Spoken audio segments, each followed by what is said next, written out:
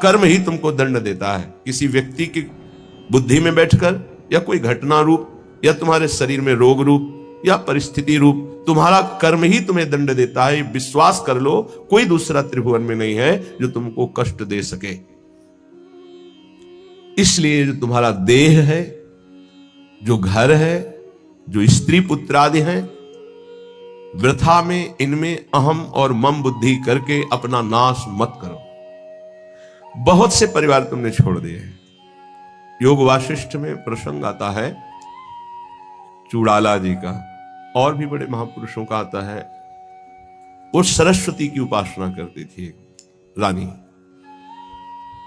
जब उसके पति युद्ध में मारे गए राजा तो बहुत विकल हुई, तो अपनी प्रिय सखी सरस्वती जी का स्मरण किया, आकाश स्थित हो गई और उसने कहा मेरा सहयोग करो, मैं इस समय बहुत व्यथित हूं, मुझे ऐसा ज्ञान प्रदान करो जिससे मैं अपने पति के वियोग को सह सकूं।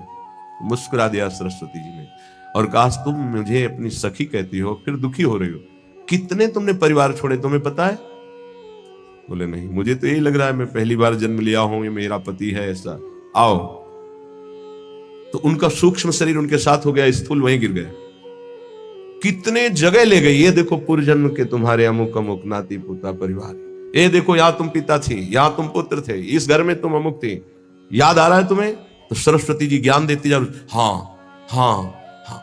अब इनका कोई परिचय तुमसे है नहीं, ऐसे उस जीव का तुमसे कोई परिचय नहीं है, वो कुछ समय के लिए केवल तुम्हारा पति। बहुत बड़ी ज्ञानी सिद्ध महापुरुष हुई, योग वाशिष्ठ में बड़ी विशुद्ध चर्चा ज्ञान की है।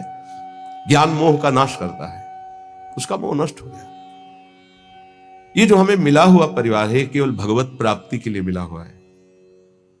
गृहस्थ धर्म और विरक्त धर्म अलग अलग मर्यादा है। पत्नी पुत्र परिवार आदि की सेवा रूपी परम धर्म करके नाम जप करते हुए भगवत प्राप्ति करनी है। शरीरों में मोह नहीं करना है, आंतरिक बैठे हुए प्रभु से अपनापन करना है। यहां प्रभु से कोई मतलब नहीं, केवल शरीरों से प्यार किया जा रहा है, इसीलिए दुर्गति हो रही। वृथा में अपना नाश स्वयं मत करो। एक अहमता ममता ये जग में है दुखदाई, ये जब श्री जी की ओर लगे तो होत परम सुखदाई। इसलिए तात मात सुतदार देह में मति अरुझे मतिमंदा। अय मतिमंद, तू अभी समझ नहीं पा रहा, तेरे समय को केवल नष्ट किया जा रहा है। ना तेरी कोई पत्नी, ना कोई पुत्र है, ना कोई तेरा कोई सगा संबंधी है। एक केवल माया का नाटक है। एक ही सच्चिदानंद विराजमान शरीरों में है जिसे तू जान नहीं पा रहा, और शरीरों का अलग अलग अहमता ममता से संबंध करके पुनरपि जननम पुनरपि मरणम की व्यवस्था कर रहा है। हे भाई, यदि गुरुदेव के चरणों की आराधना करो और उनके वचनों को मान लो तो तुम्हारे मोह का नाश हो जाएगा। जहां मोह नष्ट हुआ तो आप जो लिखा हुआ वही आपको अनुभव में आएगा। श्रीपाद कह रहे हैं छित्वा दुर्जर श्रृंखलम, ये बहुत कठिन श्रृंखला है जिसको कोई काट पावे। जैसे कोई हथकड़ी और बेड़ियों से जकड़ा हो तो कदम नहीं मार सकता, ऐसे ही मोह की बेड़ियों से, अहमता की हथकड़ियों से ऐसा जकड़ा हुआ जीव है कि सत्संग सुन रहा है, समझ में भी कुछ कुछ आ रहा है, पर फिर वो इतना बंधन है कि वो निकल नहीं पा रहा। इसीलिए गोपी जनों से कहा कि जिन बेड़ियों को काट पाना बड़े बड़े योगियों के लिए कठिन है, तुम उन बेड़ियों को काट कर केवल हमसे प्रेम करती हो, मैं तुम्हारा ऋणी हूं। भगवान श्री कृष्ण चंद्र जी, इसीलिए बड़े बड़े परमहंस गोपी चरण रज की वंदना करते हैं, क्योंकि कहीं कोई राग नहीं है, न पति से, न पुत्र से, न घर से, केवल श्री कृष्ण अनुराग, मुरारी पादार्पित चित्त वृत्ति। छित्वा दुर्जन श्रृंखलम, ये हथकड़ी बेड़ी कैसे कटेंगी? तो कह रहे हैं गुरु गिराते मोह मात्रोदितम। गिरा वाणी, गुरुदेव की वाणी के अनुसार चलने से ही मोह का नाश हो सकता है, और कोई उपाय नहीं। बंदो गुरुपद कंज कृपा सिंधु नर रूप हरि महामोह तम पुंज जासु वचन रवि कर निकर। महामोह रूपी अंधकार का नाश करने के लिए गुरुदेव के वचन सूर्य के समान है। मोह मात्रोदितम, केवल मोह मात्र में तुम फंसे हुए हो, और इस मोह का नाश गुरुदेव के अक्षरशः वचनों के अनुसार चलने पर होता है। इन दुर्जर बेड़ियों को काट करके भगवत प्राप्ति कर लो। ना हंता, तुम अपने नाश करने वाले मत बनो। अन्य योनियों में तुम कोई भी साधना नहीं कर सकते, कुछ भी अपना कल्याण नहीं कर सकते हो। हे भाई, यदि तुम्हें मृत्यु लोक में बहुत साम्राज्य सुख मिल जाए तो भी वो केवल एक स्वप्न है। मृत्यु होने पर सब छूट जाएगा, फिर अन्य योनियों में जाना पड़ेगा। इसलिए शीघ्रातिशीघ्र वृंदावन आ जाओ, सत्संग सुनो, बिहारी जी राधा वल्लभ जी के दर्शन करो, रजरानी में बैठकर कुछ नाम जप करो और प्रार्थना करो धाम से, धामी श्यामा श्याम से कि संसार के कार्य धर्म पूर्वक करते हुए, आपका सदैव नाम जपते हुए जीवन की शाम हो जाए। बस मेरी जीवन की पूर्णता हो, आपके आज्ञानुसार कर्तव्य कर्म करते हुए, नाम जप करते हुए, आपका स्मरण करते हुए प्राण छूटे। बस चाहे जहां छूटेंगे प्राण, आप भगवत प्राप्त होंगे। यदि नाम जप चल रहा है और धर्म पूर्वक आचरण है तो तुम संसार से विजयी हो जाओगे।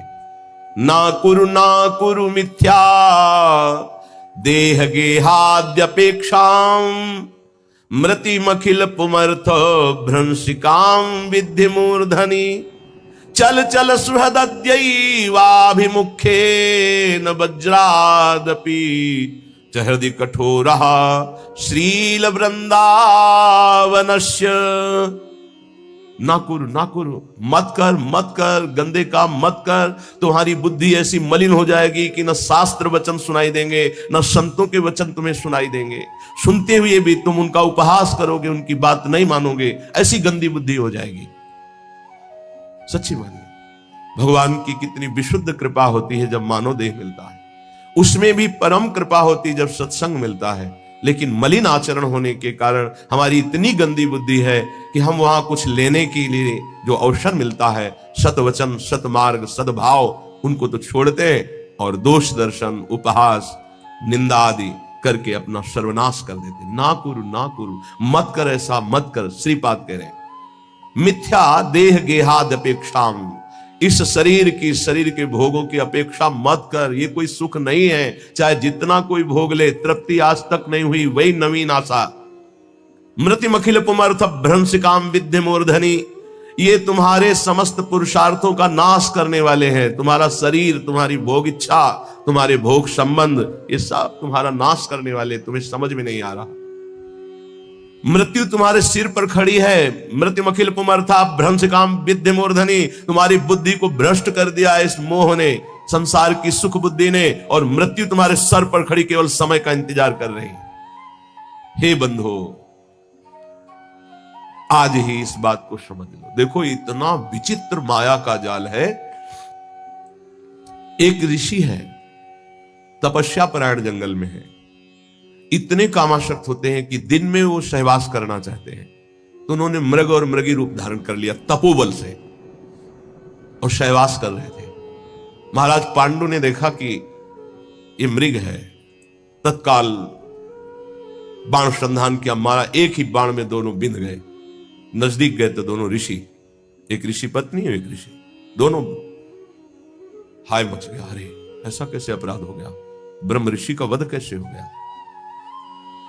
तो उन्होंने बताया कि दिन में पशुतापूर्ण जो व्यवहार है, मैं ऋषि होकर नहीं कर सकता था, पर मैं कामांध हो गया, इसलिए पशु रूप धारण किया, मृग रूप, और तुमने बिना विचारे, तो उनका राजाओं का कार्य है मृग का वध करना। जो ऐसे मृग हैं जिससे हमारे सेवा में जो जन हैं, जो प्रजा हैं, उनको रोग होने की संभावना हो, तो हम शिकार उन्हीं का खेलते हैं, इसलिए मैंने मारा। तुम्हें कोई ऋषि मान के थोड़ी मारा है। तो उन्होंने कहा मुझे तो मेरे कर्म का फल मिल गया।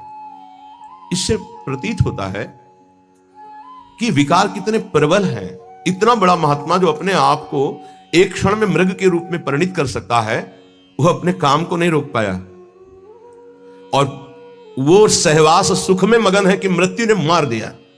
यहां कह रहे हैं मृत्यु मखिल पुमर्थ भ्रंशिकाम विद्धि मूर्धनि, तेरी बुद्धि को भोगों ने भ्रष्ट कर दिया है, पर तुझे यह पता नहीं कि मृत्यु तेरे सिर पर खड़ी है। हम बड़े आनंद में मगन हो रहे हैं, किन्हीं भोगों में, किन्हीं विलासिता में, और मृत्यु एक एक सेकंड गिन रही है, ये सेकंड गया, ये सेकंड गया, ये से, और ऐसा प्रहार करेगी, फिर तुम्हारे पास कुछ भी बनाने के लिए समय नहीं रहेगा। मन पछते है और शर्मिते। इसलिए कह रहे चल चल सुहृद दैवाभिमुखेन वज्रादपि च हृदि कठोरः श्रील वृंदावनस्य, कठोर कर ले अपने हृदय को वज्र के समान, किसी के भी मोह भरे आंसुओं में मत फंस। और सत्संग सुन और चल चल भगवत मार्ग में चल।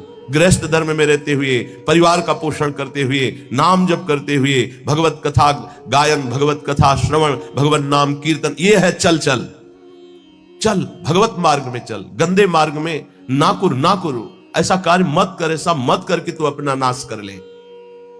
देखो महापुरुष जन करुणा करके कह रहे हैं, वो तो भगवत प्राप्त है, उनको क्या फर्क पड़ता है, तुम माया में लगो या प्रभु में लगो। पर एक विशेष संतों के हृदय में प्रियता होती है, वही प्रियता डांटती है, मत कर, ऐसा मत कर, कठोर हृदय बन, इनके आंसुओं पे मत आ, सतमार्ग पे चल। चलो तुम ऐसे परिवार में हो जहां कलह हो सकती, तिलक मत लगाओ, मत कंठी बांधो, मत ठाकुर सेवा विराजमान करो, पर अंदर अंदर रो रो कर पुकार सकते हो, राधा राधा, अंदर ही अंदर, कोई जाने ना, भगवत प्राप्ति हो जाएगी। बात मान लो। भगवत प्राप्ति के लिए हम अपने जीवन को अन्य कोई आश्रय, अन्य कोई संबंधों में नहीं खोने वाले। भगवत प्राप्ति के लिए हमारा जीवन है। अब हम भगवत प्राप्ति करके रहेंगे। अगर हमारे ऊपर ऐसा शासन है कि हम बाहरी भागवतिक रूप नहीं धारण कर सकते तो ना धारण करो, झगड़ा कलह नहीं करना। पर राधा राधा करने में कौन जान पाएगा? चुपचाप अंदर ही अंदर राधा राधा। रावण कभी नहीं जान पाया कि विभीषण इतने महान भागवत हैं, जानने की भी कोशिश की तो भी नहीं जान पाया। ऐसी चतुरता से भजन किया और पूरे भवन में लिखा हुआ था राम राम राम, राम नाम अंकित ग्रह शोभा। हनुमान जी महाराज ने यही देखकर अंदर प्रवेश किया कि लंका निश्चर निकर निवासा, यहां कहां सज्जन कर वासा, यहां साधु कैसे हो सकता है? क्योंकि साधु के ही मकान में भगवान नाम अंकित होते हैं, यहां साधु कैसे हो सकता है? राम राम। सूचना रावण के पास पहुंची थी कि राम राम लिखे हुए है, ये क्या है? आपका भाई है, महामंत्री पद में भी है, लेकिन आपका विरोधी है। गया मंदोदरी कहे ये कैसे? उनका प्रभु हम ये किसी और का नाम नहीं लिखे, आप और रावण, रा मंदोदरी मां राम। बड़ा प्रसन्न हुआ, है सब गलत कहते, मेरा भ्राता मुझे बहुत प्रेम। भक्त कभी झगड़ा नहीं करता है। लात मारा तो भी झगड़ा किया क्या? तुम पितु सरिस भले ही मुहि मारा, राम भजे हित, नाभ खुल के बात होने लगी। पहले आग को बढ़ाओ, अंदर भक्ति की आग को, और जब इस कोटि की आग, फिर सब भस्म हो जाएगा, कोई तुम्हें छू नहीं सकेगा। 5 वर्ष के प्रहलाद जी का त्रिभुवनपति महाबलशाली हिरण्यकश्यप तनिक भी बाल बांका नहीं कर पाया। वही भगवान हमारे भी है, प्रहलाद जी के केवल नहीं, हमारे भी हरि है। इसलिए अपने भाव को छुपाकर पहले चिंगारी को ज्यादा प्रकाशित करोगे तो एक बूंद पानी में बुझ जाएगी, लेकिन जब ज्वाला हो जाएगी, हाँ, तो एक आग होती है जो समुद्र में भी पैदा हो जाती है, बड़वानल। आप देखो, हमने देखा है कि जल से भी आग निकल रही है, ऐसे वो जैसे ज्वालामुखी ना, तो जल से भी हमने देखा कि ऐसे लाल एकदम आग की लपटें निकल रही है। बड़ा विचित्र भगवान का खेल। जल भी नहीं बुझा सकते, जल में ही तो बड़वानल पैदा होता है, समुद्र में ही। ऐसे ही तुम्हारे हृदय में जब भक्ति का बड़वानल आ जाएगा तो पूरा संसार खिलाफ हो जाए तो भी कुछ नहीं बिगड़ने वाला। इसलिए अपनी भक्ति को जो चिंगारी हुई है उसे छुपाओ और बढ़ने दो, उसे बढ़ने दो। बाहरी कुछ ऐसा मत करो, यदि विरोध हो रहा है अंदर ही अंदर इतना बढ़ा लो कि फिर ताल ठोक के मैदान पे आ जाओ। काम क्रोध लोभ मोह मद कोई भी परास्त नहीं कर सकता। फिर हरि हर समय तुम्हारे नेत्रों में बसे रहेंगे। पर हमें जीवन खोना नहीं है। श्रीपाद कह रहे हैं, हृदय कठोर, कठोर हृदय बना लो। तुम्हें कोई गाली दे, अपमान करे, तिरस्कार करे, बिल्कुल अंदर हलचल मत पैदा होने दो। राधा राधा राधा राधा, निकल जाओगे। अद्यैव मूर्ख चल सर्वमिदं विहाय, वृंदावनाय सकलार्थ सुरद्रुमाय, श्री राधिका सुरतनाथ विशुद्ध भाव, शत्रायमैव कुरुकृत्य समाप्त्यपेक्षां। भाई ये सब तुम्हें अंत में छोड़ देंगे, तुम सबको छोड़ दोगे। ये बार बार इसीलिए समझा रहे हैं, यही फंसे हैं, यही वो गांठ है जिससे हम निकल नहीं पा रहे। सुत बनिता दिजान स्वार्थ रत, ना करुणे सभी ते, अंत ही तो ही तजेंगे पामर, तू न तजे अब ही ते, मन पछतई है अवसर बीते। आज तो राधा राधा बोलने लायक हो, ऐसे ऐसे रोग हैं, ऐसी समस्याएं हैं, ऐसी प्रतिकूलता है कि बोलने का अवसर नहीं मिलेगा। ध्यान रखना, पछताना ही हाथ लगेगा। आज शरीर स्वस्थ है, बुद्धि काम कर रही, भगवान की कृपा से वृंदावन में बैठ के सत्संग सुन रहे हो, जैसे बने वैसे मनोरंजन को मारो। मनोरंजन से ही बड़े भयानक भयानक पाप हो रहे हैं। केवल मनोरंजन, मनोरंजन से हिंसा हो रही, मनोरंजन से व्यभिचार हो रहा है, मनोरंजन से ही बड़े बड़े महापाप हो रहे हैं। मारो इस मन की वृत्ति को जो पापात्मक भाव में हमें लगाए हुए, जो हमें पापात्मा बना रही है, जो हमें भगवत प्राप्ति से विमुख मार्ग में आगे बढ़ाते चली जा रही है। श्रीपाद कह रहे, अद्यैव मूर्ख चल सर्वमिदं विहाय। इसी क्षण से, अय मूर्ख, जिधर तू जा रहा है बहुत ही खतरनाक मार्ग है, भोगना पड़ेगा। ऐसी ऐसी परिस्थितियां जीवों की जब देखते हैं ना, तो लगता है कितना कष्ट पार है जीव, कितना कष्ट पार है। आप लोग प्रमाद में हैं इसलिए आपको नहीं, यहां किसी भी कष्ट को देखा जाता है तो तत्काल उसमें तन्मयता की जाती है, तो पूरा कष्ट अनुभव होता है। अरे कितना भयानक पीड़ा इस जीव को हो रही है, कोई उपाय नहीं, केवल मृत्यु ही मृत्यु। वो सड़ रहा है, कोई औषधि का। जंगलों में ऐसे कितने जीव हैं जिनके विचित्र कष्ट जागृत हो गए, कोई औषधि नहीं, कोई खान पान की व्यवस्था नहीं। अब वो जब तक मरेगा नहीं, उठ के नहीं चल सकता, कीड़े खा रहे, पड़ा है, जिंदा जिंदा पड़ा है, सड़ रहा है। कौन है ये? हम ही है।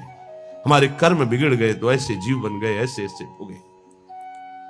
अद्यैव मूर्ख, ऐ मूर्ख, अभी अभी कदम वापस लौट, जिधर जा रहा है बहुत खतरा है, नहीं समझ में आ रहा। बहुत विचित्र गति माया की है। देख रहा है कि इसने गलत किया और ये दुर्गति को प्राप्त हो रहा है, देख रहा है, यही देख रहा है, अमुक के ऐसा ऐसा सर्वनाश हो गया। तो वही कर्म तुम भी कर रहे हो, तो क्या तुम्हारे लिए दूसरे भगवान है क्या? तुम्हारे लिए दूसरा न्यायाधीश है क्या? तुम्हारे लिए दूसरा विधान लगेगा क्या? वही लगेगा।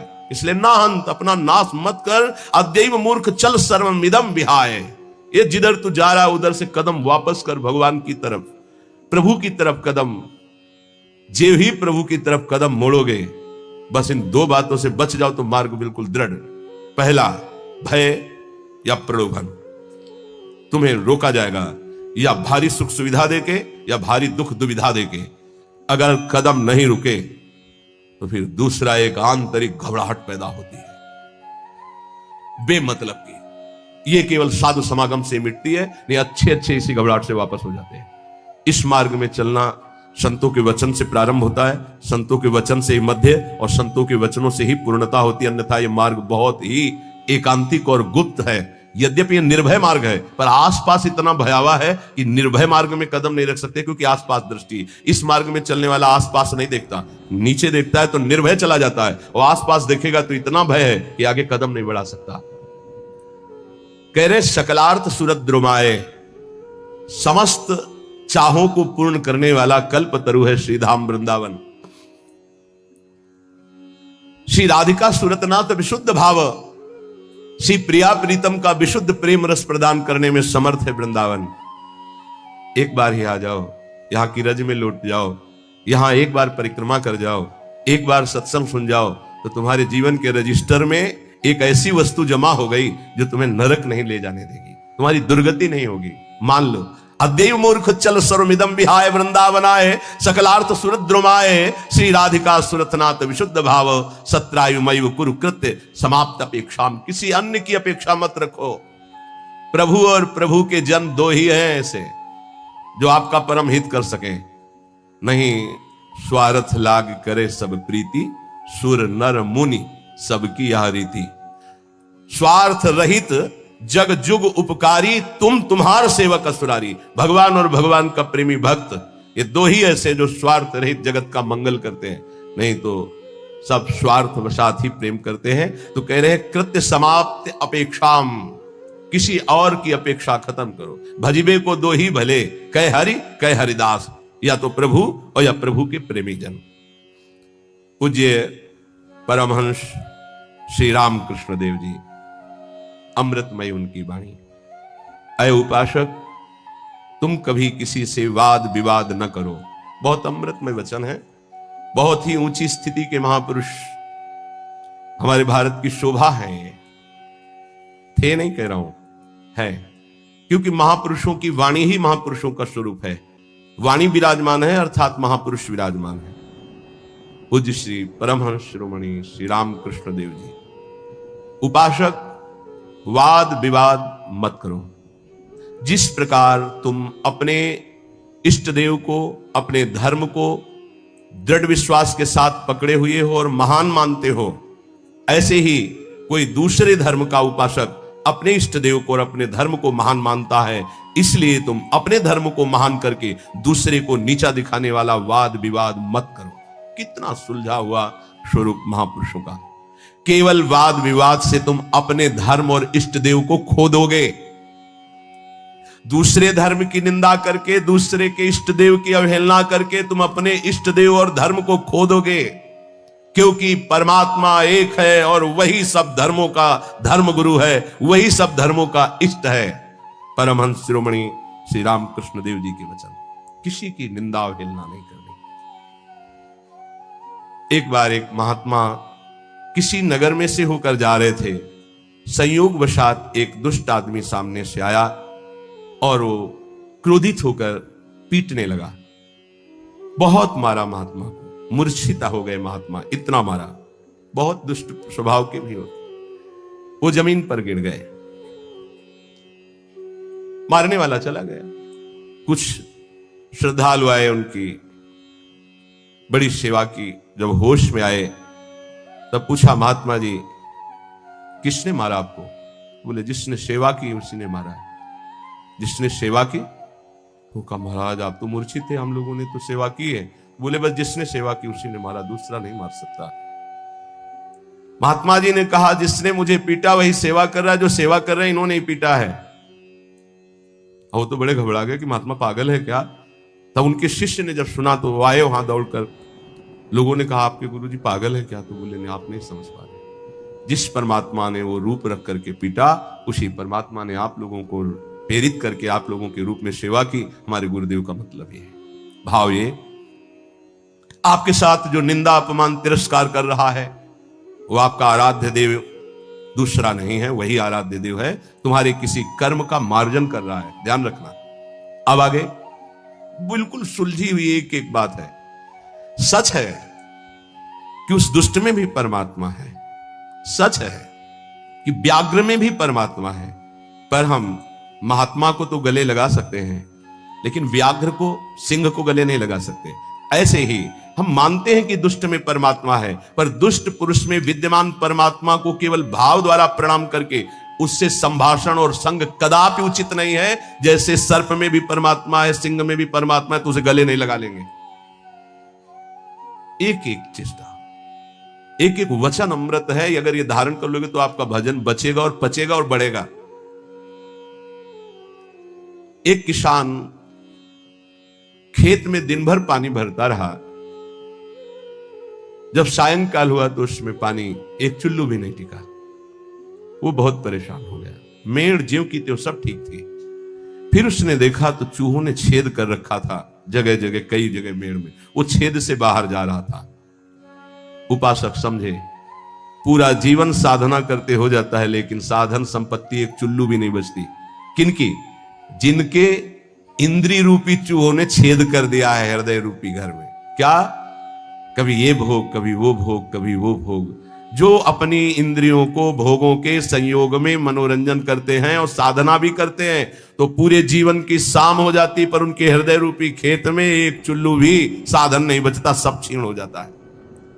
रामकृष्ण देव परमहंस जी कह रहे हैं, जब उपासक इंद्रियों के बिलों को बंद कर देता है, फिर कीर्ति की इच्छा उसके अंदर जागृत होती है, तो मेड़ टूट जाना होता है। अगर मेड़ टूट गई तो भी बड़ी जल्दी धारा बाहर निकल जाएगी खेत से जल की। कीर्ति की चाह उत्पन्न होती कि मेरा यश हो जाए। गई जीवन की भजन संपत्ति कीर्ति की चाह में गई। कीर्ति भजन को छीण कर देती है। यदि आपके अंदर चाह नहीं हो, इष्ट के द्वारा कीर्ति होती, जैसे सेवक जी महाराज कह रहे हैं, जय जय श्री हरिवंश नाम गुण गाई है, उसके लिए कहा कि बिस्तरे सब जग विमल कीरति साधु संगति। विमल कीरति वो उसके भजन का नाश करने वाली नहीं होगी, क्योंकि इष्ट के द्वारा होती है। कीर्ति की चाह मानो उस किसान की मेड़ टूट जाना है, अर्थात उस साधक का बांध टूट जाना है साधना का। अब उसके आगे उपाधियां लगनी शुरू हो जाती हैं।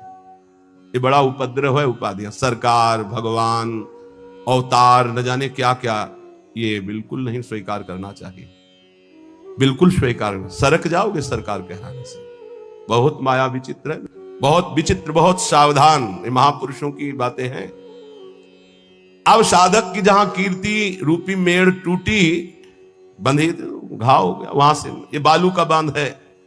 ईश्वर की जितनी आराधना चिंतन सब गया, अब अपनी कीर्ति का स्मरण करके वो भूलना शुरू हो गया। प्रभु का अहंकार जो मिटाना था वो फिर बढ़कर वैसे ही तैयार हो गया। इसीलिए जन्म भर उपासक को सावधान रहना चाहिए, ना इंद्रियों की विलासता और ना कीर्ति और ना किसी तरह की सिद्धि की वृत्ति। सिद्धि भी बहुत बाधक होती है, भगवत प्राप्ति में बहुत बाधक। मन की बात जान, दुनिया का सब एक से एक अलग अलग क्षेत्र सामने का, एकाग्र दृष्टि से देख के संकल्प कर हिल नहीं सकता एक कदम। जैसा चाहे जितना हो उसकी आज्ञा का पालन करेगा ही करेगा। ऐसी बहुत सी, तो गुरुजनों की कृपा से इन खाइयों को नांगा जाता है। बिल्कुल दैन, बिल्कुल दैन।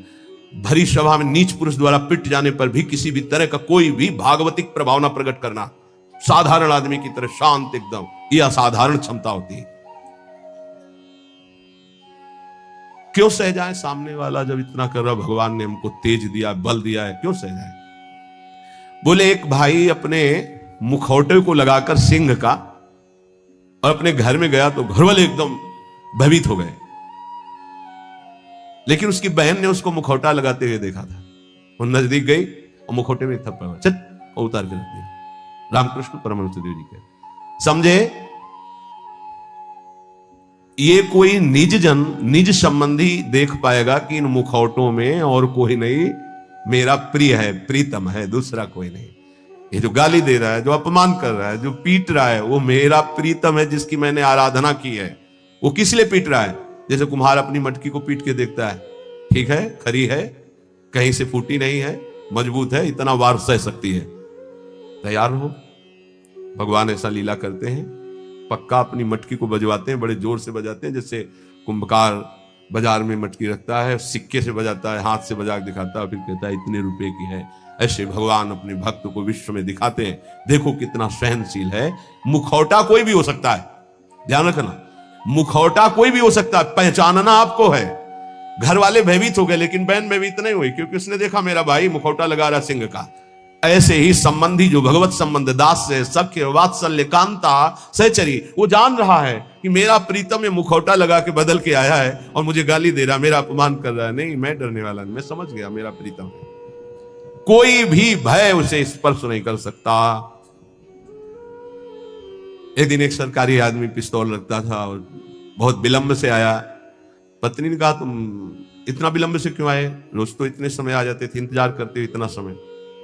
उसका समय हो जाता है। कैसे हो जाता है? बोले ऐसे हो जाता है। पिस्तौल निकाली, गोली भरी और उसकी कनपट्टी में लगाई। तो ये सब दूसरों को धमकियां दिया करो। बोले असली गोली है, पिस्तौल है, तुझे भय नहीं लग रहा? बोले बिल्कुल पाई भर नहीं लग रहा। क्यों नहीं लग रहा? तुम मेरे प्रीतम हो, ऐसा कर ही नहीं सकते। ऐसे ही भक्त, वो संपूर्ण चर जगत में अपने प्रीतम को सर्वान वस्तुतया निरीक्ष परम स्वाराध्य बुद्धिर्मम, तो भयभीत नहीं होता। शरीर को पूरा होना है तो उसी क्षण होना है, जैसे होना है, जिस विधान से होना है। मेरे प्रीतम उसी विधान का प्रयोग करेंगे, पर होंगे मेरे प्रीतम।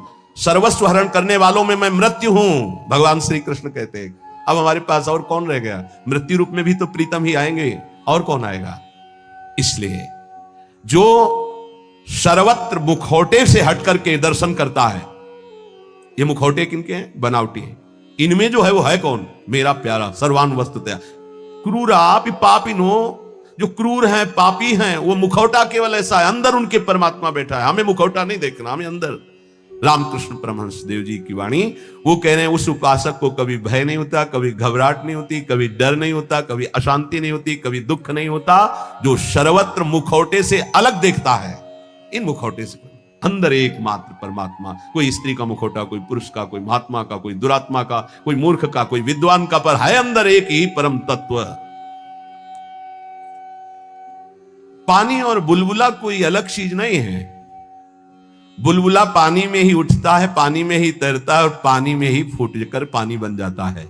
ठीक ऐसे ही परमात्मा में ही जीवात्मा प्रकट होता है। परमात्मा में ही रहता है और परमात्मा में ही लीन हो जाता है। जीवात्मा कोई अलग चीज नहीं। जैसे पानी का बुलबुला पानी से ही प्रकट हुआ, पानी में ही रहता है, पानी में ही फूटकर पानी बन जाता है, ऐसे ही कोई स्वतंत्र नहीं है, उसी परमात्मा में विराजमान। अगर इतना जान लो तो तुम परमात्मा स्वरूप ही हो, ये परमहंस जी कह रहे। देखो, रेलगाड़ी का इंजन वेग के साथ चलकर ठिकाने पर अकेला नहीं पहुंचता है, बल्कि लाखों लोगों को पहुंचाने की सामर्थ्य रखता है। जोड़ते जाओ, बैठते जाओ, इंजन में बड़ी पावर है। बोले ऐसे ही आचार्य इंजन है और अनुयायी जन आचार्य के डिब्बे हैं। कितने जन बैठ करके परम पद में, निकुंज में पहुंचते हैं। कभी भी ये नहीं सोचना चाहिए कि इतने लोगों का उद्धार कैसे हो जाएगा, इतने लोगों का कल्याण कैसे हो जाएगा, बहुत लोग जुड़े हैं, कैसे कल्याण। तो बोले ईश्वरीय शक्ति इंजन है और वो संत, वो गुरुजन डिब्बे के समान। कनेक्शन इंजन से है तो इंजन में 2-4 लोग बैठते होंगे, लेकिन डिब्बे में 70, 80, 90, 100 ज्यादा भी बैठ जाते होंगे। जनरल में तो ज्यादा ही बैठ जाते, कुछ बैठे, कुछ खड़े, कुछ पूरा सब, और सब वहीं पहुंचेंगे जहां इंजन पहुंचेगा। बिना टिकट के होंगे तो 2-4 थप्पड़ लगेंगे, थोड़ा टैक्स लग जाएगा, पहुंचेंगे वहीं। नहीं, बीच में अगर हो गया तो फिर उतारे भी जा सकते, उपद्रव होने पर, टिकट ना होने पर, पैसा ना होने पर उतार। इसलिए राधा राधा पैसा इकट्ठा कर लो, परम धन राधा नाम आधार। अगर जल्दी जल्दी में टिकट नहीं खरीद पाए हो तो थोड़ा ज्यादा लगेगा, पर राधा राधा राधा राधा पहुंच वहीं जाओगे। बात हमारी मान लेला। टिकट क्या है? निकुंज की जो मंत्र है, आचार्य संबंध है, आचार्य शरणागत है, टिकट है। और जनरल में क्या है? राधा राधा राधा राधा राधा राधा, जैसे सब जप रहे हैं, बैठ सब गए हैं गाड़ी में, बीच में तुम्हारी चेकिंग भी होगी। बोले जल्दी में खरीद तो नहीं पाए, लेकिन एक राधा नाम की कीमत में पूरा त्रिभुवन बिक जाएगा। जो जांच करने वाले हैं वो कौन है? श्री जी के पार्षद ही हैं। ऐसे थोड़ी होता है कि आप श्री जी के पास सीधे डायरेक्ट पहुंच जाओ, ऐसा। तो राधा नाम जहां है ना, वो सीधे। और जिनको सौभाग्य से कहीं ये जो निकुंज के गुप्त मंत्र मिल गए हैं, तो अब दुर्भाग्य है कि उनके अंदर ठसक ना आवे, नहीं तो पास हो चुका है, निकुंज का पास मिल चुका है। मानो सच्ची मानिएगा। सौभाग्य दुर्भाग्य में आप बदल रहे हैं कि आप मंत्र का चिंतन नहीं कर रहे हो, विषय चिंतन कर रहे हैं। रेलगाड़ी के इंजन में उतने लोग पार नहीं हुए जितने डिब्बे में बैठकर वहां पहुंच जाते हैं। अर्थात आचार्य और आचार्य परंपरा, आचार्य के तो विशेष विशेष कुछ पार्षद हुए, लेकिन आचार्य परंपरा में लाखों ऐसे महापुरुष हो गए कि करोड़ों को श्री जी के पास पहुंचा दिया, श्री जी में तन्मय करा दिया। राजहंस कभी पानी, वो दूध पीकर पानी को छोड़ देता, राजहंस। ऐसे ही जो उपासक है, जो संत है, जो भगवत प्रेमी महात्मा है, तो माया और ब्रह्म दोनों मिले हुए हैं एक में। वो केवल ब्रह्म, केवल परमात्मा तत्व को और जल को जैसे छोड़ देता है, दूध पी के जल को छोड़ देता है, ऐसे ही वो माया के विकारों को छोड़कर परमात्मा स्वरूप में स्थित हो जाता है। दैवी संपदा का महान सुख उसके हृदय में जागृत हो जाता है, जो माया के विकारों पर मुक्ति प्राप्त कर लेता है। कोई भी विकार उसके ऊपर प्रभाव नहीं डालता। हाथी को खुला छोड़ दे तो मनमानी आचरण करके वृक्षों को उखाड़ता है, तोड़ फोड़ शुरू कर देता है। लेकिन जब महावत अंकुश पर अंकुश प्रहार करता है तो घुटने के बल हाथी हो जाता है। ऐसे ही ये मन मत वाला हाथी है, जिसने इसको स्वच्छंद छोड़ दिया है, सब तोड़ फोड़ कर देगा, धर्म विरुद्ध आचरण करेगा। महावत है उपासक, हाथी है मन और अंकुश है ज्ञान। प्रहार पे प्रहार करके उसके घुटने के बल, अर्थात मन को अधीन कर लिया, तब वो शांत चित्त परमात्ममय हो जाता है। मन ही भगवान का स्वरूप बन जाता है। इंद्रियाणाम मनश्चास्मि, पर पहले अंकुश की मार देनी पड़ेगी, छोड़ना नहीं। इसको छोड़ दिया तो तोड़ फोड़ मचा देगा। मत वाला ये हाथी है मन, किसी के अंकुश से, केवल ज्ञानांकुश, जो नाम मंत्र मिला खूब जपो, इसी से मानो तुम्हारे अंकुश की धार तीक्ष्ण होगी, इसी से तुम्हारा मन बस में होगा, दूसरा कोई उपाय नहीं। कल एक साधक प्रश्न कर रहे थे एकांतिक में, मैं जानता हूं ये नहीं करना चाहिए, फिर भी करता हूं, क्यों? दो बातें। पहली बात, तुम्हें आध्यात्मिक सामर्थ्य खो चुकी है, जान करके भी तुम उसको रोक नहीं सकते क्योंकि बलहीन हो। और दूसरी बात, तुम्हारी सुख बुद्धि उसमें है। जरूर ये कहते हो मुंह से कि नहीं करना चाहिए, पर अंदर है कि इसमें सुख है। इन दो बातों के कारण तुम भ्रष्ट होते रहते हो। तो हमको पहली बात बलवान करनी है कि हमारे अंदर नाम बल आवे, तो दूसरी बात अपने आप हट जाएगी, सुख बुद्धि हट जाएगी। पहले नाम जप करके अपने को बलवान बनाइए। समस्त विकारों को नष्ट करने का मैं तुम्हें एक सरल उपाय बताता हूं। रामकृष्ण परमहंस देव जी, तालियां बजाकर जब नाम कीर्तन जोर जोर से किया जाता है तो जैसे वृक्षों में बैठे हुए पक्षी उड़ जाते हैं, ऐसे हृदय के काम क्रोध आदि नष्ट हो जाते हैं। रामकृष्ण परमहंस देव जी तालियां बजाकर राधा राधा राधा राधा राधा, किसी संगीत की और ज्ञान वृत्ति ना हो तो अपने पास परम संगीत है तालियां, तालियां बजाकर। तो कह रहे हैं कि जैसे वृक्षों में बैठे हुए पक्षी तालियां उड़ जाते हैं, ऐसे हृदय में बैठे हुए काम क्रोध भाग जाते हैं जब नाम कीर्तन। जब किसी को भी काम आदि वेदना हो तब नाम कीर्तन करके देखना, तो नाम कीर्तन होने ही नहीं देगा काम। देख लेना उस समय अगर उपदेश भी किया जाए तो तुम्हें अच्छा नहीं लगेगा। कामी समझी में हरि कथा ऊसर बीज बय फल, और अगर आप शुरू कर दिए तो वो टिकेगा नहीं, भाग जाएगा पक्का। बहुत सुंदर उपाय महापुरुषों के हैं। उपासक की उपासना परिपक्व कब मानी जाती है? जब अपने आराध्य देव का नाम लेते ही रोमांच हो जाए, आनंद अश्रु बहने लगे, तब समझना चाहिए कि हमारी उपासना परिपक्व हो रही है। उपास्य देव का नाम लेते ही आंखों में जल आने लगे, अब उसकी उपासना रंग ला रही है। राधा कहते आंसू भर जाएं। एक लकड़हारा जंगल की लकड़ी बेच बेचकर बड़े कष्टपूर्वक अपना जीवन यापन कर रहा था। अकस्मात उस मार्ग से एक सन्यासी जी आ रहे थे। उन्होंने लकड़हारे के दुख को देखकर कहा, बेटा जंगल में तुम सूखी लकड़ियां बिन रहे हो, इसके आगे बहुत कुछ है, आगे बढ़ो और कुछ तुम्हें प्राप्त हो जाएगा, मैं देख रहा हूं। वो आगे बढ़ा, सूखी लकड़ियां छोड़कर। ध्यान देना, महापुरुषों के उदाहरण साधारण नहीं होते, बात साधारण दिखाई दे रही। जब काफी आगे बढ़ा तो उससे चंदन की खुशबू आई, तो चंदन के वृक्ष मिले। सूखी लकड़ी छोड़कर उसने चंदन की लकड़ी काटी और बाजार में बेचा, अच्छा पैसा आया। फिर शब्द उसके कान में गूंजा कि बेटा और आगे बढ़ो। तो उसने सोचा और आगे अब क्या मिलेगा, तो आगे बढ़ा। क्योंकि उस संत के वचन सत्य सच्चिदानंद से युक्त थे, तो जंगल में उसे एक खान मिली तांबे की। अब तो तांबा बेच करके बहुत, फिर आवाज सुनाई दी और आगे बढ़ो, तो और आगे बढ़ा तो उसे चांदी की खान मिल गई। अब तो बहुत बड़ा धनी हो गया। फिर आवाज आई और आगे बढ़ो, तो आगे बढ़ा तो स्वर्ण की खान मिल गई। बोला आप तो बस यही पूर्णता हो, स्वर्ण ही स्वर्ण। फिर आवाज आई और आगे बढ़ो, तो उसे हीरे की खान मिल गई। अब एक हीरा जीवन भर लकड़ी बेचने वाला लकड़ी बेचता तो उसकी बराबरी नहीं, ऐसे हीरे की खान मिल गई। भावार्थ और अंदर उसका रहस्यार्थ, ये मानो भोगों में फंसा हुआ है। आगे बढ़ आगे बढ़। जैसे जैसे वह अध्यात्म की तरफ बढ़ता है, नाना प्रकार के दिव्य सुख, और आगे बढ़ सिद्धियों के सुख, और आगे बढ़ भावात्मक सुख, शांत सुख, दास्य सुख, वात्सल्य सुख, कांता सुख, सहचर्य, अपूर्ण महामाधुर्य रस में स्थित। हमें जब तक भूमा सुख ना मिल जाए तब तक रुकना नहीं, आगे बढ़ते रहना है। अल्प सुखों का भोक्ता भूमा सुख का अधिकारी नहीं होता। यदि संत की बात मानकर लकड़ी बेचना काम बंद न करता तो आगे नहीं बढ़ पाता। आवाज आती रही आगे बढ़, तो फिर चंदन, फिर आगे बढ़ा तांबा, फिर आगे बढ़ा चांदी, फिर सोना, फिर हीरा, अर्थात एक से एक दिव्यताएं, ज्ञान की सुंदर भूमिकाएं, भक्ति की सुंदर दिव्य भूमिकाएं, इनको क्रॉस करते थे। अल्प सुख साधना का मिले उसी में तृप्त हो गया, वो महान सुख को नहीं प्राप्त कर सकता। श्री रामकृष्ण परमहंस जी कहते हैं, लकड़हारे की तरह छोटी सी साधना के सुख को पाकर तृप्ति का अनुभव मत करो। ज्ञान का समुद्र लहरा रहा है आध्यात्मिक क्षेत्र में, और उस ज्ञान के परम धनी बनकर स्वयं भगवत स्वरूप हो जाओगे। देखो, एक छोटे पौधे की रक्षा उसके चारों ओर घेरा बना करके की जाती है, नहीं तो बकरी चर जाएगी। और वही पौधा जब बड़ा हो जाता है, वृक्ष रूप हो जाता है, तो सैकड़ों बकरियों का पेट भर जाएगा, उसकी छाया में रहेंगे, उसका कुछ नहीं बिगड़ेगा।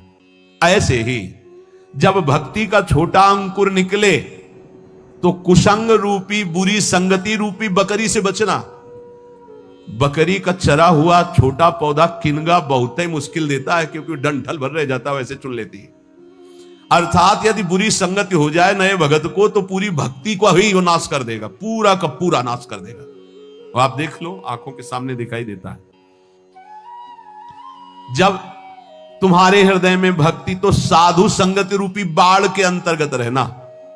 साधु संगत करे अनुदिन राति, अर्थात संतों के वचनों में केवल रहना, बस दूसरे की बातें मत सुनना, नहीं तो वो बकरी है, चर जाएंगी, किनगा भी नहीं निकलेगा दोबारा भक्ति का। ऐसे कितने उदाहरण जीवन में देखे हैं कि बड़े भाव से चलना चाहते थे, लेकिन भारी कुसंग हो गया, नष्ट हो गए, भारी कुसंग। जब वही भक्ति वृक्ष रूप हो जाएगी तो हजारों लोग नीचे आनंदित होकर विश्राम करेंगे, कुछ फर्क नहीं पड़ता, फिर निंदकों का कोई प्रभाव नहीं पड़ता। पर पहले भक्ति को वृक्ष रूप बढ़ने दो। ये कुवासना में लिप्त भोगी पुरुष, संसारी पुरुषों का संग जहर है। अगर इनका संग हुआ तो भक्ति का पौधा नष्ट हो जाएगा, ध्यान रखना। ये दुर्जन भेजे जाएंगे तुम्हारे पास, दुर्जन जो भक्ति को नष्ट करने वाले हैं, पर तुम इनका संग मत करना तो तुम्हारी भक्ति वृक्ष रूप हो जाएगी। बहुत जोर से प्रभाव पड़ता है दुर्जनों का। भगवान का भरोसा और विघ्न अपने आप नष्ट हो जाते हैं, पर बड़े भयानक प्रलोभन, बड़े भयावह दृश्य संसार के ऐसे उपस्थित होते। तो कह रहे हैं कि ये तुम्हारे पास भेजे जाएंगे, भगवान से प्रेरित होकर भेजे जाएंगे, वो भेजेंगे। अब क्या भूमिका है, अब क्या भूमिका है? देखो, पत्थर चाहे सैकड़ों वर्ष पानी में पड़ा रहे, पर उसमें अग्नि उत्पादक शक्ति नष्ट नहीं होती। घर्षण करोगे पत्थर को तो अग्नि प्रकट कर देगा। ऐसे ही भक्त जब अपने हृदय में भगवत चिंतन की रगड़ करता है तो अनंत जन्मों से हम विषय रूपी पानी में पड़े रहे, लेकिन हमारे अंदर दिव्य शक्ति है, हम उसे जागृत कर सकते हैं। रामकृष्ण परमहंस जी कह रहे हैं, तुम जितना नाम स्मरण करोगे तो तुम्हारे हृदय में घर्षण शक्ति से एक आध्यात्मिक बल प्रकट होगा। जैसे कई बार सत्संग का अगर ध्यान दिया हो, दो लकड़ियों के घर्षण से जैसे अग्नि प्रकट हो जाती है, ऐसे ही जवान और नाम के घर्षण से आध्यात्मिक शक्ति प्रकट होती है। राधा राधा राधा राधा राधा। जैसे सैकड़ों वर्ष पत्थर जल में पड़ा रहे तो इसका मतलब नहीं कि उसके घर्षण से चिंगारी नहीं होगी। ऐसे ही सैकड़ों जन्मों से मैं विषयों में पड़ा रहा हूं, इसका मतलब यह नहीं कि मेरे अंदर आध्यात्मिक शक्ति उत्पन्न करने की सामर्थ्य नहीं रह गई। मैं भगवान का अंश हूं, आज जागूंगा तो आज मैं परमात्मा प्राप्त हो जाऊंगा। आज हम में वो सामर्थ्य है, हम अपनी सामर्थ्य को जागृत करें। कैसे? नाम जी है जपी जागहि जोगी। नाम जप करके हम जगते हैं, हम अपनी शक्ति को जागृत करते। नाम, ईश्वर का नाम जितना तुम जपोगे उतना ये हृदय प्रफुल्लित होकर महान पावर से युक्त हो जाएगा। बड़े बड़े महापुरुषों के वचनों को पकड़ लो। एक मनुष्य कुआं खोदना शुरू करता है, बस एक हाथ पानी रह जाता है और रोक देता, थक गया। ये 25 हाथ खोद चुका, फिर भी पानी नहीं निकला। अब तो लगता है नहीं निकलेगा, और एक हाथ में पानी है। ऐसे ही साधक कभी कभी धोखा खा जाता है। बस भगवत प्राप्ति होने वाली है, उसको लगता है पूरा जीवन हो गया, अभी तक कोई अनुभव नहीं हुआ। अरे थोड़ा एक हाथ और खोद, स्रोत निकलने वाला है। रामकृष्ण परमहंस जी कह रहे, पर वो नादान, एक हाथ में पानी निकलने वाला था, छोड़ दिया। दूसरी जगह कुआं खोदा, फिर छोड़ दिया, फिर तीसरी जगह कुआं खोदा, पूरा जीवन कुआं खोदने में लगा दिया, पानी नहीं पी पाया। समझ पाए? ऐसे उपासक है ये संप्रदाय, वो मार्ग, लेकिन पानी नहीं पी पाया चुल्लू भर। अगर एक ही ढंग से खोदता तो बस एक हाथ बाद स्रोत खुलने वाला था। एक गुरु, एक ग्रंथ, एक पंथ, एक मंत्र, एक संत, एक कंत, सांगो पांग उपासना पकड़ लो, निकल जाए। हमने देखा कि जो इधर उधर भटकने वाले वो जीवन भर भटकते रहते हैं, क्योंकि तलवार की धार पर चलने के लिए जो हिम्मत चाहिए वो गुरु बदलने से नहीं आती, वो चलने से आती है। ये जो बदलुआ लोग होते हैं ना, बदलते ही रहते हैं। व्यभिचारी की वृत्ति पातिव्रत धर्म से कभी एक नहीं होती, ध्यान रखना। होटलों को खाने वाला कभी एक रसोई में भरपेट जीवन भर नहीं खा सकता, उसको चाट लग गई है। ऐसे ही ये जो व्यभिचार प्रवृत्ति भक्ति में है, आज यहां कल वहां। परमहंस जी कह रहे 25 हाथ कुआं खोदा, छोड़ दिया कि यहां पानी नहीं हो। एक हाथ बाद पानी निकलने वाला था, फिर दूसरी जगह खोदा, फिर छोड़ दिया, फिर तीसरी जगह खोदा, जीवन हो गया। कुआं खोदते पानी नहीं मिला। अगर एक में ही उतनी मेहनत और कर देता तो करना ही नहीं पड़ती, एक हाथ बाद स्रोत था। जिस नाम, जिस मंत्र, जिस गुरुदेव का आश्रय लो, प्रेम भाव वाली परिवर्तन की बात अलग है कि हम प्रेम मार्ग में आगे बढ़ते चले जा रहे हैं, दास से शांत, सख्य, वात्सल्य, वो बात अलग है। लेकिन ऐसे भाव रखकर कि इससे तो काम नहीं बना, अगला खो देते हैं कुआं, फिर वहां भी काम नहीं बनेगा, ऐसे भटकते रहोगे। बहुत महापुरुषों के वचनों को बहुत समझना चाहिए। ईश्वर पूर्ण है, निर्भर रहने से उसका अनुभव होता है। क्या साधना बताई? निर्भर रहना, निर्भर प्रेम मगन हनुमान। निर्भरता दो प्रकार की, एक बताई बंदर के बच्चे की, एक बताई बिल्ली के बच्चे की। जैसे बंदरिया को जब छलांग लगानी होती तो ऐसे बच्चे को करती, 1 सेकंड में बच्चा समझ जाता है, कस के बाल पकड़ लेता है और छलांग मारी, निकल। अगर बच्चा छोड़े तो खुद गिरे, पकड़ना बच्चे को होगा। और एक होती है बिल्ली की निर्भरता। अब बिल्ली उसी डाढ़ से पकड़ के ले जाएगी जिसे चूहा पकड़ती है। एक बार बिल्ली चूहा को पकड़ ले तो जीवन से हाथ धो देगा, उसी मुंह में अपने बच्चे को दबाती है और दूसरी जगह ले जाती है। बिल्ली का ही काम है, बच्चा तो ऐसे पूरे म्याऊं, कोई मतलब नहीं, जहां मनावे तहां ले जाओ। ये है पूर्ण निर्भरता। तो प्राय जो अहम प्रधान, साधना प्रधान होते हैं, बंदर के बच्चा होते हैं। इशारा दिया गुरुदेव ने, मारो छलांग, मार पाओ, गिर जाओ। लेकिन जो ऐसे होते हैं ना म्याऊं वाले बच्चा, कई बच्चा के पेट और घट करे विनाशन, वो इशारा नहीं देते, वो गोदी में बैठाते कि ये भैया इशारा भी दो तो ये छलांग मारने वाला नहीं, हम ही को लेके छलांग मारना है। ऐसा बहुत सुखद रहता है ये निर्भरता।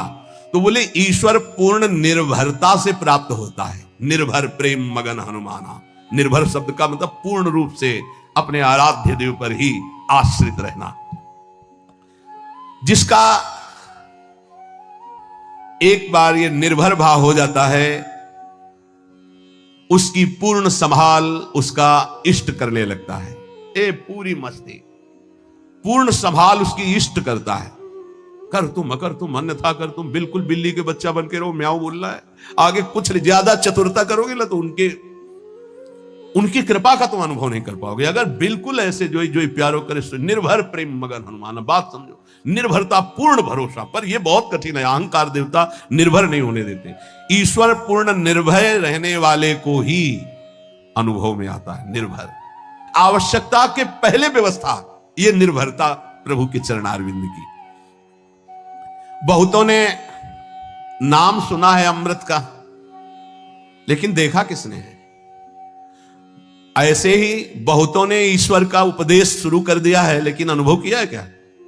परमहंस गुरुदेव बोल रहे हैं, ये धर्म उपदेशकों में कितनों ने धर्म ग्रंथ पढ़कर उपदेश देना शुरू किया, लेकिन देखा ईश्वर को?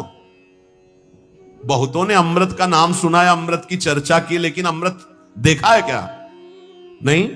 ऐसे ही बहुतों ने धर्म उपदेश शुरू कर दिया, क्या धर्म उपदेश करने वाले उस ईश्वर को देखा है? अब वो तो परमहंस जी वो बोल रहे हैं, बहुतों ने उपदेश दिया लेकिन चखा है। और जिसने चखा है फिर जो बोला है, तो बिना किसी प्रयास के स्वाद सबके हृदय में पहुंच जाएगा। ऐसा ही अध्यात्म का अमृत है। अमृत चख करके फिर जो बोला, दो बातें बताई। अमृत सुना सबने, देखा किसी ने, और पढ़ के उस अमृत का उपदेश देना अधूरा, क्योंकि देखा नहीं। अब एक ने चखा है, देखा है, फिर बोल रहा है, तो इस अमृत का प्रभाव यह कि अपने आप सुनने वाले के हृदय में इसका अनुभव होने लगेगा। यह अध्यात्म का अमृत है, प्रेमामृत, भगवदानंद। जिन्होंने अमृत चखा है वो उसका स्वाद जानते हैं। इसी तरह जिसने ईश्वर प्राप्ति कर ली, ईश्वर के सुख का अनुभव कर लिया, वो जब उपदेश करता है तब उसका प्रभाव जन समाज पर जैसे आंधी चले तो सबके आंखों में छा जाएगी धूल, ऐसे सबके आंखों में जो जो सुनेगा अध्यात्म का रंग छा जाएगा। इसलिए उपदेश के पहले उपासक को अपने हृदय में इस प्रेमानंद, परमात्मानंद, भगवदानंद, ज्ञानानंद, विज्ञानानंद, अखंडानंद जिससे संबोधन करो, पहले इसको चखो, देखो, फिर बोलो। बनी के मोहन बनी के। उपासना में जड़ चैतन्य बुद्धि, स्त्री पुरुष बुद्धि, दुरात्मा महात्मा बुद्धि, इन सब का लय हो जाता है। उसकी दृष्टि में न कोई स्त्री है, न कोई पुरुष है, न कोई दुरात्मा है, न कोई महात्मा, एकमात्र परमात्मा दृष्टि जागृत होती है। ये जागृत होती है, पहले भावना की जाती है, फिर स्थिति होती है। जैसे पार्थिव स्थिति होने पर पहले स्त्री पुरुष जड़ चैतन्य दुरात्मा महात्मा ऐसा दर्शन होगा, बाद में भगवत भाव होगा। लेकिन स्थिति होने पर केवल भगवत भाव रहता है, केवल प्रभु भाव रहता है। जब तक ये भाव नहीं रहता तब तक बहुत कच्चाई है, और उपासक को सावधानी पूर्वक अपने को परिपक्व करना है। परिपक्व अपना प्रयास और गुरु इष्ट कृपा। अपना केवल प्रयास ही है, कृपा का भरोसा नहीं तो परिपक्व अवस्था नहीं प्राप्त हो सकती। और आप वाणी से केवल कृपा शब्द का उच्चारण करते हैं और आप प्रयास बिल्कुल नहीं कर रहे, पुरुषार्थ नहीं कर रहे, मनमानी आचरण कर रहे हैं, तो स्थिति नहीं प्राप्त हो सकती। स्थिति प्राप्त होती अपना संपूर्ण पुरुषार्थ लगा दे और भगवत कृपा का, गुरु कृपा का भरोसा, तो स्थिति निश्चित प्राप्त हो जाती है। यही स्थिति जीवन मुक्त करती है, और जीवन मुक्त महापुरुष ही प्रियालाल के प्रेम का रसास्वादन करता है। जब तक देह भाव पुष्ट है तब तक प्रेम का प्रादुर्भाव नहीं होता। जैसे जैसे देह भाव गलित होता है वैसे वैसे प्रेम प्रतिक्षण वर्धमान होता रहता है, बढ़ता रहता है। प्रेम अगाध समुद्र है, इसलिए कभी इसमें पूर्णता नहीं होती कि अब पूर्ण प्रेम आ गया। कभी प्रेमी को ऐसा अनुभव नहीं होता कि मैं प्रेमी हूं या मेरे में प्रेम है या पूर्णता है, नहीं। हर समय एक विचित्र कोटि की चाह उत्पन्न होती है। यद्यपि जिनकी चाह है वो मिले हुए हैं, फिर भी वो इतनी प्यास है कि वो चाह बढ़ती ही रहती। चाह बढ़े दिन रैन, रात दिन चाह बढ़ती है। यद्यपि तन मन के बिछुरे नहीं, न शरीर से दूर है न मन से दूर है, पर चाह बढ़े दिन रैन। कबहु संजोग न मानहि, देखें भरी भरी नयन। हर समय नेत्र भर के रूप रस का पान करते हैं, पर ऐसा लगता है मानो कभी देखा ही नहीं। ऐसी प्रेम की महामहिम वृत्ति जब उपासक के हृदय में जागृत होती है, ये है मोक्ष सुख भी कड़ुआ कर देने वाला सुख। मानो देह में जो मृत्यु लोक का सुख है तो बड़ा घृणित सुख है। इससे उच्च कोटि का सुख देवलोक में है। देवलोक से भी तपलोक, महरलोक, जनलोक, फिर सबसे ज्यादा महान सुख ब्रह्मलोक में है। लेकिन ये जितने सुख है सब मायाकृत हैं। जो दास को सुख मिलता है वो ब्रह्मा जी को भी सुख ब्रह्म पद में नहीं मिला, भगवत दासत्व। फिर जो सखाओं को सुख मिला उसकी तो महिमा ही क्या। जो वात्सल्य भाव से प्रभु को दुलार करते हैं उनके हृदय को क्या कहना। जो कांता भाव से प्रभु से प्यार करते हैं उनको कौन उपमा दे किसी से, क्योंकि वो अद्वितीय है। जो कांत श्री कृष्ण को मानकर आठों पहर उनमें चित्त को श्रृंगार भाव से जोड़ते हैं। और ये तो महामाधुर्य रस वृंदावन नित्य विहार, यहां जब चित्त स्पर्श करता है तो मोक्ष कड़ुआ लगने लगता है।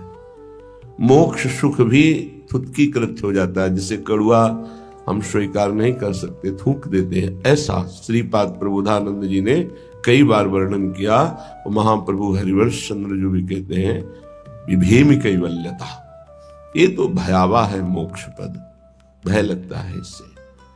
श्री रूप जी ने कहा कि ये तो पिशाचिनी है।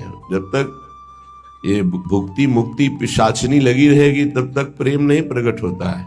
भोगों को भोगने की इच्छा रूपी पिशाचिनी या मुक्त हो जाने की पिशाचिनी। ऐसा महापुरुषों ने जब प्रिया प्रीतम के प्रेम रंग रस का रसास्वादन किया तो मोक्ष मुक्ति पिशाचिनी लगने लगी, भयावह लगने लगी, कड़वी लगने लगी, थुतकी कृत्य हो गई। फिर और कौन सा सुख बचा। सर्वश्रेष्ठ महासुख आत्म सुख जीवन मुक्त महापुरुषों को प्राप्त होता है। लेकिन प्रेम सुख के आगे ये सब सुख फीके हो जाते हैं। इन्हीं बिलोकत अति अनुरागा, बरबस ब्रह्म सुख ही मन त्यागा। ब्रह्म सुख का भी त्याग करके मन प्रभु के रूप रसासों का, रूप का आनंद प्राप्त करने के लिए विकल हो गया। जनक जी महाराज का और ज्ञानियों की और ब्रह्मबोध संपन्न महापुरुषों की तो अलग वृत्ति रही है, तो बड़े बड़े ज्ञानियों की गुरु है। इसलिए श्रीपाद कह रहे कि तिक्ति भूता विमुक्तिर विषम निरय वदभात सर्वेन्द्रियार्था। सर्वे भोगा भवन्ति प्रबल गरल वन्युद्भट ज्वाल कल्पाहा। कीट प्रायाः समस्त प्रवर सुरगणा सिद्धयश्चेन्द्र जाल। प्रायः संस्वाद्य वृंदावन रसिक रसम माद्यते मेद्य हृदयम। जब आपको प्रियालाल का थोड़ा भी प्रेम प्राप्त होगा तो तिक्ति भूता विमुक्तिर, ये जो जीवन मुक्ति अवस्था है, मोक्ष पदवी है, बोले तिक्ति भूता है, कड़वी लगने लगेगी। नहीं चाहिए मोक्ष सुख, पर ये बहुत ऊंची बात है। अभी तो मृत्यु लोक के भोग ही आपको परास्त कर देंगे। मोक्ष सुख तो जो ब्रह्मलोक तक के भोगों का त्यागी होता है उसको प्राप्त होता है। ये प्रेमी जन मोक्ष के आगे भी जो महारस है उसमें स्थित है।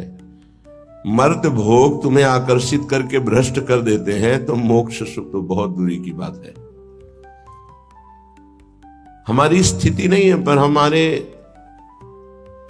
गुरुजन जो आगे चल रहे हैं उनकी स्थिति है और उसी मार्ग में हम चल रहे हैं, तो हम स्थिति ना होते हुए भी उसी मार्ग का अनुसरण करेंगे जिसमें हमारे गुरुजन गए हैं, महापुरुष जन गए हैं। महाजनों गतेन सपंथा, जिसमें महापुरुष जन गए उस पंक्ति में हम खड़े हैं। स्थिति हमारी नहीं है, पर हमको वही आचरण करने हैं, वैसा ही भाव रखना है जैसा हमारे आगे विराजमान गुरुजन जो पंक्ति में है, जो प्रियालाल को दुलार करने वाले हैं, जो प्रियालाल के समीप पहुंच चुके हैं, जिनके आसपास आठों पहर महासुख घेरे रहता है, तो हम उसी मार्ग से चल रहे हैं। इसलिए जिससे कोई कहे कि हमारी स्थिति तो नहीं, पर हम उसी पंक्ति में तो खड़े हैं ना, तो हमको वैसा ही व्यवहार करना है।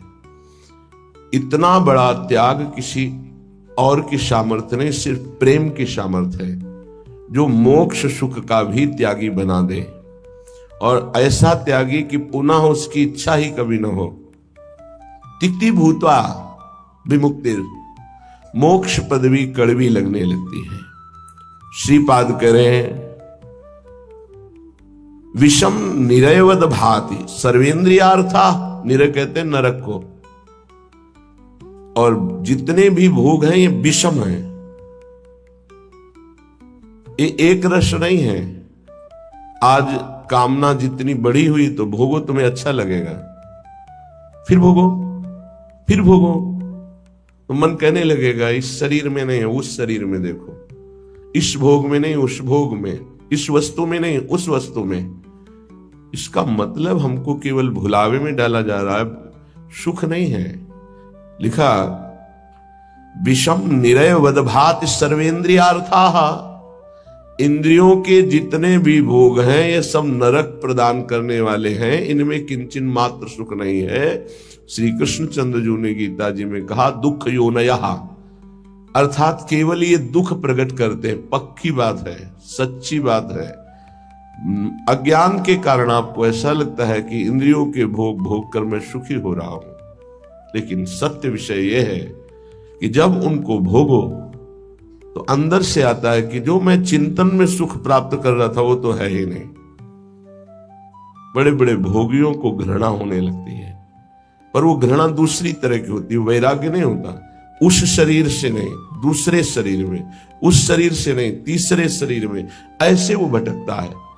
और जो विवेकी होता है वो संपूर्ण भोगों से नरकवत अपना पिंड छुड़ा लेता है। इन भोगों के भोगने में तुम्हारा चिंतन प्रधान है और कुछ नहीं। ध्यायतो विषयान पुंसास संगस तेषुपजायते। यदि तुम विषय चिंतन न करो तो किसी विषय में सुख नहीं है। तुम्हारा जब एकांत में चिंतन बनता है तब वो तुम्हें चिंतन के कारण सुखानुभूति होती है, ना कि उस विषय में सुख है।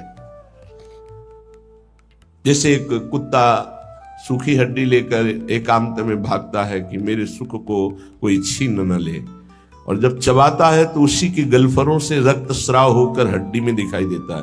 उसको लगता है इसमें रस है, इसमें पावर है, कुछ नहीं।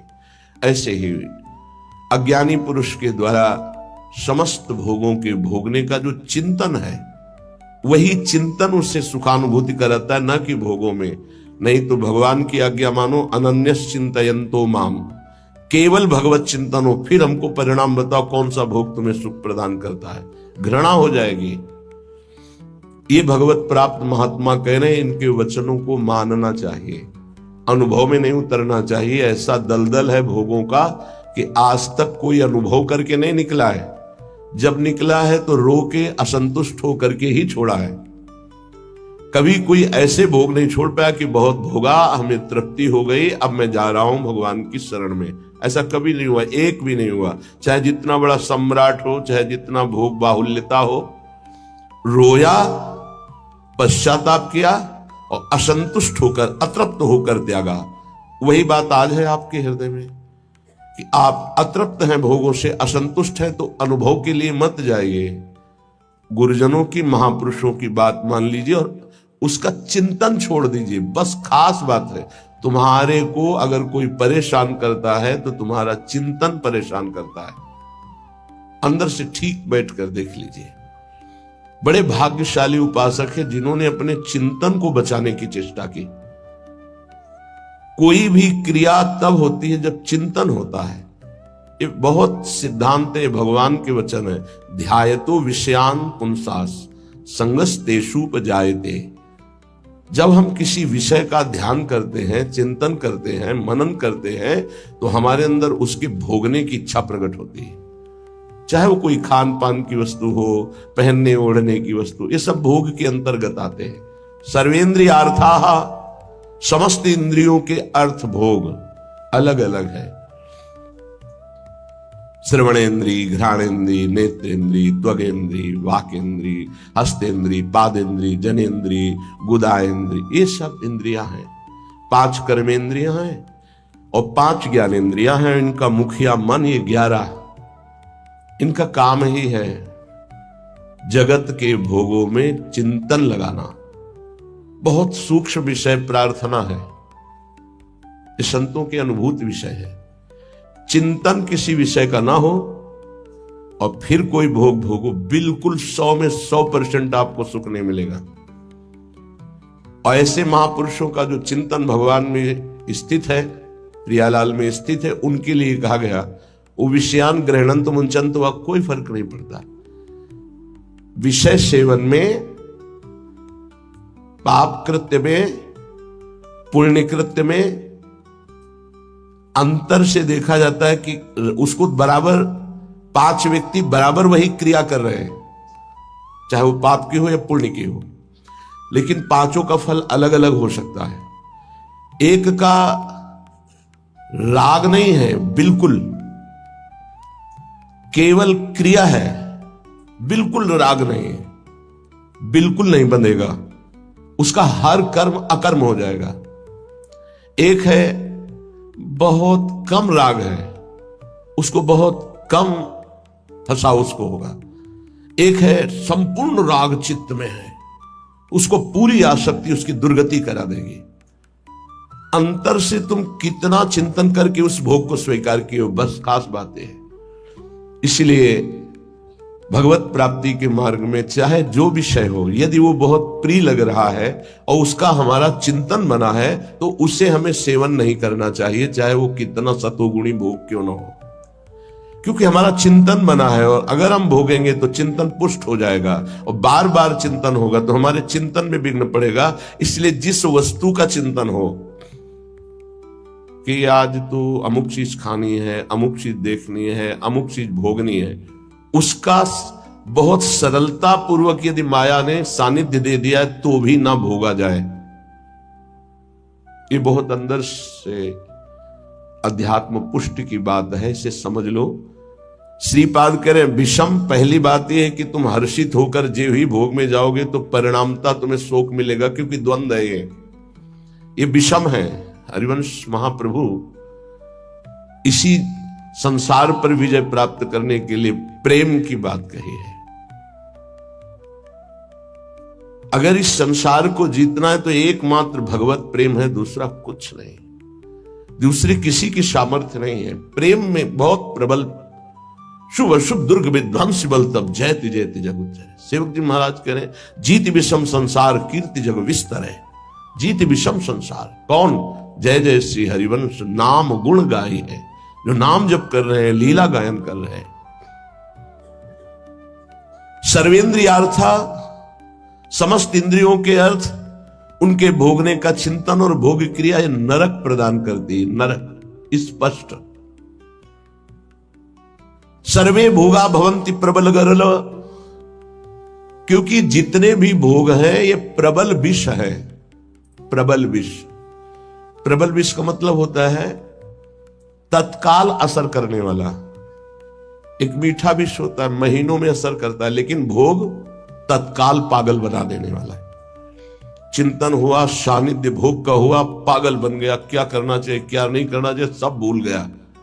देखो कितना असर चढ़ा उसका, कि उसका चिंतन, उसकी क्रिया सब भागवतिक मिट गई, और उस समय वो कामांध हो गया, उस समय वो वासना में हो गया, सारा चिंतन खत्म, सारी की सारी वृत्ति। ये जहर है, इसे कह रहे सर्वे भोगा भवंति प्रबल गरल।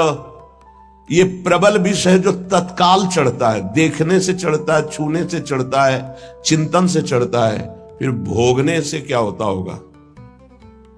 ये ऐसा प्रबल गरल है, विष है, कि एक विष तो खाने से ही केवल एक शरीर में चढ़ेगा, एक जन्म नष्ट करेगा। लेकिन ये भोग कह रहे सर्वे भोगा भवंती प्रबल गरला, ये इतना बड़ा विष है कि देखने से चढ़ जाता है, सुनने से चढ़ जाता है, चिंतन से चढ़ जाता है, फिर भोगने से क्या दुर्गति होगी। इसलिए का निरवय वदभाति सर्वेंद्रियार्था, जो इंद्रियों के भोगों का चिंतन करके उनको भोग कर सुखानुभूति करते उनको नरक की प्राप्ति होती। भगवान ने भी कहा त्रिविधम नरकश्चेदम द्वारं नाशन्मात्मनः कामः क्रोधा तथा लोभा तस्मादेव प्रेम त्यजेत। ये तीनों नरक के द्वार हैं, काम क्रोध लोभ, ये निश्चित नरक प्रदान करते हैं। वन्युद्भट ज्वाल कल्पाहा, और ये भोग क्या करते हैं, हृदय को जलाते हैं, अग्नि जैसे जला करके त्वगेंद्री को, शरीर को कष्ट देती है। लेकिन ये कारण शरीर तक प्रभाव डालते भोग, स्वभाव, अंतःकरण, इंद्रियां और स्थूल शरीर भी। इस तीनों शरीरों पर विष का प्रभाव पड़े, ऐसा विष की रचना आज तक नहीं हुई प्रकृति में। प्राकृतिक विष केवल स्थूल शरीर पर प्रभाव डालता है, इस पर। लेकिन ये सर्वे भोगा भवंति प्रबल गरला, ये स्थूल शरीर पर भी प्रभाव डालते हैं, सूक्ष्म शरीर को बसीभूत कर लेते हैं और स्वभाव को बिगाड़ देते हैं। देहाभिमानी पुरुष जब इंद्रियों के द्वारा विषयों का चिंतन करके भोग करता है तो उसके तीनों शरीर बर्बाद हो जाते हैं, तीनों शरीर उसके गंदे हो जाते हैं। ये इसीलिए जो विज्ञजन है वो कह रहे हैं कि इससे बड़ा कोई जहर ही नहीं है। सर्वे भोगा भवंति प्रबल गरला वन्युद्भट ज्वाल कल्पाहा, हृदय जलाता है, भोगने पर भी जलन, भोगने के बाद भी पश्चाताप की जलन, पश्चाताप की जलन। और वो पश्चाताप टिकाऊ नहीं होता है, 1 घंटे 2 घंटे जलन हुई, तीसरे घंटे फिर उसी भोग की चिंतन वृत्ति, फिर वही भोग की क्रिया। बड़ी दुर्गति है, संसारिक जीव की बड़ी दुर्गति। ऊपर से चिकना चुपड़ा शांत नजर आ रहा है, अंदर देखो इसमें लिखा है वन्युद्भट ज्वाल कल्पाहा कामाग्नि क्रोधाग्नि लोभाग्नि, उससे जल रहा है वो। कीट प्रायाः समस्त प्रवर सुरगणाः सिद्ध्यश्चेन्द्र जाल। कह रहे कि बड़े महापुरुष हैं, इसलिए कह रहे हैं कि इन कीड़ों में और देवताओं में कोई फर्क नहीं है। क्यों?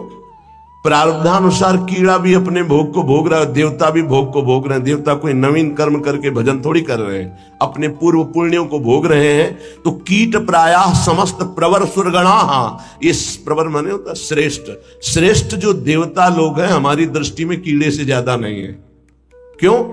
क्योंकि जैसे कीड़ा अपना प्रारब्ध भोग रहा है, ऐसे देवता अपने प्रारब्ध भोग रहे हैं। शुभ कुछ नहीं है उनके पास, नवीन कर्म नहीं, जितना रुपया जमा उसका भोग कर रहे हैं। जैसे बढ़िया होटल है, हर व्यवस्था है, आपका पेमेंट है तो आप भोगिए, हर भोग। जिस दिन पेमेंट खत्म हुआ धक्का मार के बाहर कर दिए जाओगे। ऐसे ही स्वर्ग से धक्का मार के गिरा दिया जाता है। उसके गले में एक माला पड़ी होती है, वो माला नित्य नवीन सुगंधित रहती है जब तक उसको स्वर्ग में रहना है। और जहां माला कुम्हलाई तो पता चला कि पुण्य नष्ट हो गया। अब उसको भारी वियोग, उसका विमान छिन जाएगा, उसका महल छिन जाएगा, उसको अप्सरा जो मिली थी वो सब भोग सामग्री एक क्षण में हटा के, देव शरीर से हटा के भ्रष्ट कर दिया गया। फिर मृत्यु लोक में क्या बनेगा कि कीड़ा पतिंगा क्या बनेगा वो भगवान जाने। इसीलिए कह रहे मेरी दृष्टि में कीड़े से और देवता से समानता जब करते हैं तो बराबर नजर आता है। वो अपने प्रारब्ध का भोग भोग रहा है, अपने प्रारब्ध का। तो बोले मनुष्य का उदाहरण क्यों? मनुष्य श्रेष्ठ है देवताओं से। क्यों? क्योंकि वो राधा राधा कृष्ण कृष्ण जप करके वो भगवत प्राप्ति कर सकता है, देवता नहीं कर सकते। कीट प्रायः समस्त प्रवर सुरगणा सिद्ध्यश्चेन्द्र जाल। अब कह रहे ये जो अष्ट सिद्धियां और भी 28 सिद्धियां और भी अन्य छोटी सिद्धियां, बोले ये इंद्रजाल है, कोई भगवदानंद नहीं है। इंद्रजाल माने होता है जो है नहीं पर दिखाया जा रहा है, माया का, जादू का एक नया तमाशा। सिद्धियां क्या है? माया का एक नया तमाशा। अगर उनको और क्या तमाशा, यही है अभी यहां है और इसी समय कहीं और है। जब दोनों अरे बड़े तो सिद्ध पुरुष है, अभी तो यहां हमारे सामने, तो बोले ठीक इसी समय हमारे पास भी थे, बोले बड़े सिद्ध पुरुष हैं। ये क्या है? कोई खास बात थोड़ी है। अष्ट सिद्धियां, सिद्ध्यश्चेन्द्र जाल, ये इंद्रजाल माया जादू का तमाशा है। यह है